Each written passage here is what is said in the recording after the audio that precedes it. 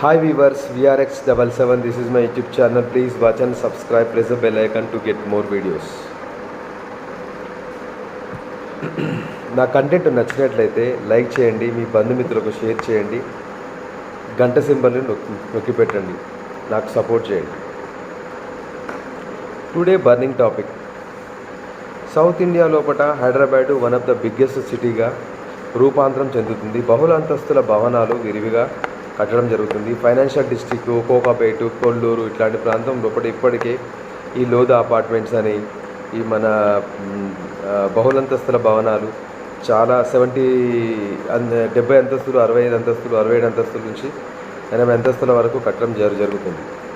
City expand అయిన కొద్దీ city శివారు ప్రాంతం లోపల బహుళ అంతస్తుల భవనాలు సౌత్ ఇండియా మొత్తం లోపల చెన్నై, బెంగళూరు కంటే ఫాస్ట్గా హైదరాబాద్ లోపలనే మన ఎక్కువగా బహుళ అంతస్తుల భవనాలు, apartment culture, elite towers, movie towers, ఈ మన లోధా టవర్స్.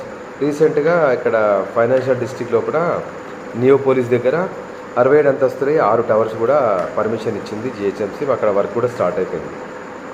ఇప్పుడు ఇదంతా విషయం చెప్పేది దేనికంటే అపార్ట్మెంట్ కల్చర్ వచ్చింది, బహుళ అంతస్తుల భవనాలు, ప్లేస్ కంజెస్టెడ్ ద్వారా ఇలాంటివి నిర్మించి జరుగుతుంది. మరి ఈ భవనాలకి ఫైర్ సేఫ్టీ ఎంతవరకు పర్మిషన్ ఇస్తుంది? ఎందుకంటే 1947లో స్థాపించినటువంటి ఫైర్ స్టేషన్లే ఇంకా ఉన్నాయి. శివారు ప్రాంతాల్లో పారిశ్రామిక వాడ లోపల అగ్ని ప్రమాదాలు జరిగినప్పుడు సత్వరంగా అగ్నిమాపక శాఖ వాళ్ళు స్పందించి G+1 నుంచి 5 అంతస్తుల వరకు ప్రమాదాలు జరిగినప్పుడు, ఈ మన పారిశ్రామిక వాడ లోపల ప్రమాదాలు జరిగినప్పుడు, కెమికల్ ఫ్యాక్టరీ లోపల, ఇండస్ట్రీస్ లోపల ప్రమాదాలు జరిగినప్పుడు వాటిని అరికట్టడానికి సరిపడా ఎక్విప్మెంట్స్ వాళ్ళ దగ్గర ఉన్నాయి. చిన్న చిన్న ప్రమాదాలు మాత్రం అరికట్టవచ్చు. కానీ ఈ బహుళ అంతస్తుల భవనాలు నిర్మించడం ద్వారా 20 అంతస్తు, 30 అంతస్తుల ప్రమాదం జరిగినప్పుడు వీళ్ళు ఏ విధంగా స్పందిస్తారు, ఏ విధంగా ఈ అగ్ని ప్రమాదాలని అరికడతారు? అట్లాంటి స్కిల్ మన దగ్గర లేదు. ఎందుకంటే ఈ అగ్నిమాపక శాఖ లోపల 1947లో ఉన్నటువంటి మిషనరీని, ఎక్విప్మెంట్స్ని ఇంకా యూజ్ చేస్తున్నారు. ఇందులోపల skilled, highly equipment, skilled workers లేరు, అంటే ఫైర్మెన్స్ లేరు. అదేవిధంగా సిటీ లోపల హ్యూజ్ ట్రాఫిక్ కూడా ఎక్కువైపోయింది. అంటే అగ్ని ప్రమాదం జరిగినప్పుడు సత్వరంగా స్పాట్కు చేరుకోవడానికి వీళ్ళకు చాలా ఇబ్బంది అవుతుంది. ఎందుకంటే ట్రాఫిక్ అనూహ్యంగా పెరిగిపోయింది. అదేవిధంగా అగ్ని ప్రమాదం జరిగినప్పుడు వాళ్ళకి కావాల్సినటువంటి ఈ యొక్క వాటర్ రిసోర్స్ కానీ వీళ్ళ దగ్గర లేవు. ప్రమాదం జరిగినప్పుడు త్వరితగతిన స్పందించేటువంటి అగ్నిమాపక శాఖ వాళ్ళ దగ్గర కరెక్ట్గా స్టాఫ్ లేక, ఎక్విప్మెంట్స్, వాహనాలు లేక ఎంతో ఇబ్బంది పడుతుంది. మరి రానున్నది వేసవికాలం. మరి లాస్ట్ ఇయర్, గత సంవత్సరం కూడా చూస్తాం, ఎన్నో అగ్ని ప్రమాదాలు సంభవించి ఆస్తి నష్టం, ప్రాణ నష్టం జరిగింది మన హైదరాబాద్ సిటీలో కూడా. మళ్ళీ ఇప్పుడు కూడా వేసవికాలం స్టార్ట్ అవుతుంది.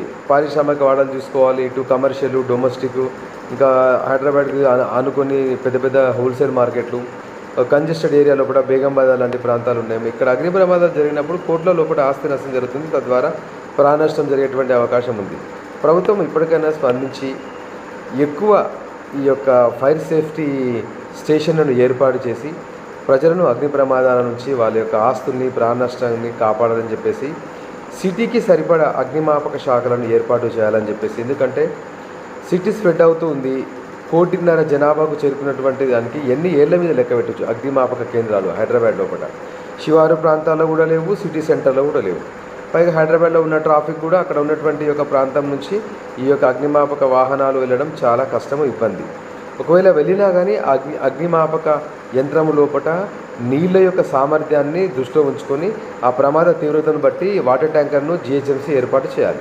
మరి నీకు ట్రాఫిక్ కంజెస్టెడ్ ఉండి ఇరుకు ఉన్నటువంటి రూట్ లోపల అగ్నిమాపక శాఖ వాళ్ళు ఏ విధంగా సత్వరంగా క్విక్ యాక్షన్ తీసుకుంటారు?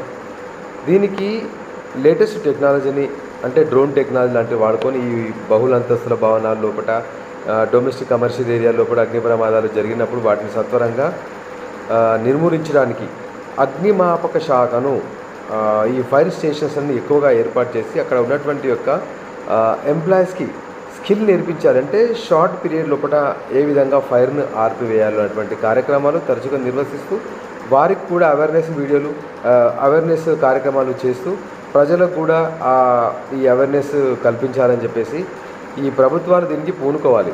ఎందుకంటే సిటీ స్ప్రెడ్ అవుతుంది, జనాభా కూడా ఎక్కువ అవుతుంది. దానికి సరిపడా అగ్నిమాపక కేంద్రాలను ఏర్పాటు చేయాలి. ఇంత పెద్ద సిటీకి, టోటల్ సిటీ అవుట్స్కట్ నుంచి సిటీ సెంటర్ వరకు 100 కిలోమీటర్ దూరం ఇప్పటివరకు సిటీ స్ప్రెడ్ అయింది. మరి ఎన్ని అగ్నిమాపక కేంద్రాలు ఉన్నాయి చెప్పండి?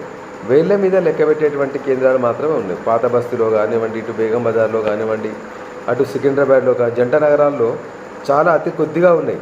పైగా స్కిల్గా ఉన్నటువంటి ఫైర్మెన్స్ లేరు. ఈ శాఖను ప్రక్షాళన చేసి ఈ అగ్ని ప్రమాదాల బారి నుంచి ప్రజల యొక్క ఆస్తి నష్టాన్ని, ప్రాణ నష్టాన్ని తగ్గించే విధంగా సత్వరంగా ఈ వేసవి కాలంలోనైనా సరే ప్రభుత్వం సత్వర చర్యలు తీసుకొని తద్వారా ప్రమాదాల బారిన పడకుండా ఈ యొక్క హైదరాబాద్ ప్రజల్ని అగ్ని ప్రమాదాల నుంచి కాపాడాలి. డిజాస్టర్ మేనేజ్మెంట్ను పకడ్బందీగా చేసినప్పుడు ప్రజల ఆస్తికి, ప్రజల ప్రాణాలకు నష్టం వాటిల్లేటువంటి అవకాశం ఉండదు.